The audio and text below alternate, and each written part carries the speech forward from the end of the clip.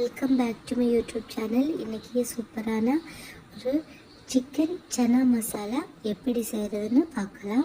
அதுக்கு நம்ம ஸ்டவ்வை பற்ற வச்சுட்டு ஒரு பேன் அடுப்பில் வச்சு அதில் ஆயில் பட்டர் ரெண்டுத்தையும் எடுத்துக்கலாம். இப்போ அதோட போன்லெஸ் சிக்கன் சேர்த்து நல்லா மிக்ஸ் பண்ணி விட்டுருங்க. அதோட கொஞ்சம் மஞ்சத்தூள், சில்லி ஃப்ளேக்ஸ், அப்புறம் காஷ்மீரி சில்லி பவுடர், கொஞ்சம் தேவையான அளவுக்கு உப்பு இதையும் சேர்த்து நல்லா மிக்ஸ் பண்ணிவிட்டு சிக்கன் நல்லா வேக வச்சு எடுத்துடுங்க. சிக்கன் நல்லா வேக வச்சு எடுத்துகிட்டு நம்ம இன்னொரு அடுப்பில் நம்ம இன்னொரு பேன் வச்சுட்டு அதில் ஆயில் பட்டர் ரெண்டுத்தையும் சேர்த்து அதோட பொடிசாக நறுக்கிற வெங்காயத்தையும் போட்டுக்கலாம். வெங்காயத்தை போட்டு வெங்காயத்தோட கலர் கொஞ்சம் சேஞ்ச் ஆகி வந்தது. அதில் நம்ம இப்போ பொடிசாக நறுக்கி எடுத்த ஜிஞ்சர், கார்லிக், அப்புறம் கொஞ்சோண்டு உப்பு இதையும் சேர்த்து இதையும் நல்லா வதக்கிக்கோங்க.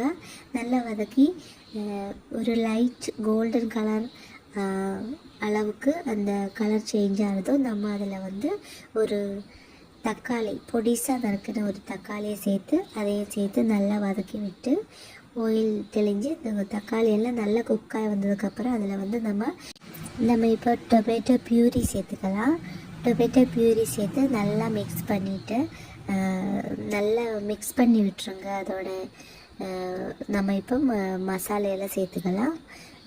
Coriander powder, cumin powder, chilli powder, mixed கறி மசாலா, கரம் மசாலா இதெல்லாம் சேர்த்து நல்லா மிக்ஸ் பண்ணிவிட்டு கொஞ்சம் தேவையான அளவுக்கு தண்ணி சேர்த்து நல்லா கொதிக்க விட்டுருங்க.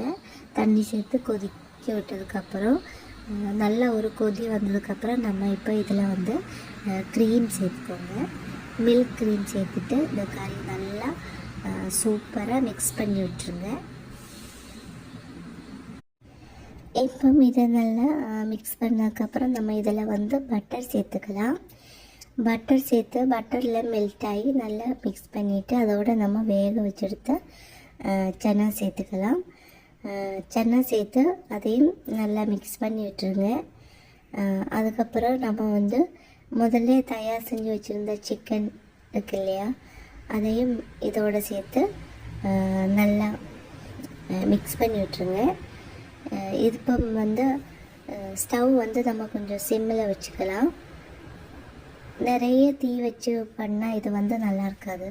கொஞ்சம் சிம்மில் வச்சுக்கணும். ஏன்னா க்ரீம் எல்லாம் சேர்க்கறனால சிம்மில் வச்சு தான் மிக்ஸ் பண்ணி விடணும் நல்லா. இப்போ இதில் நம்ம கொஞ்சம் கசூரி மேத்தி சேர்த்துக்கலாம். கசூரி மேத்தி ரொம்ப போடக்கூடாது.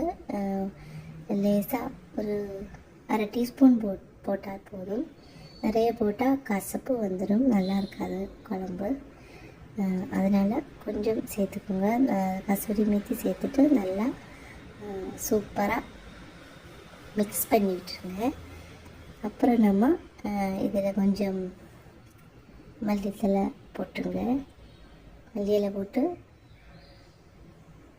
மிக்ஸ் பண்ணிவிட்டு எடுத்தோம்னா சூப்பரான சிக்கன் சன்னா மசாலா ரெடி. சாப்பாட்டுக்கும் சரி சப்பாத்திக்கும் சரி சூப்பராக இருக்கும். ட்ரை பண்ணி பாருங்கள்.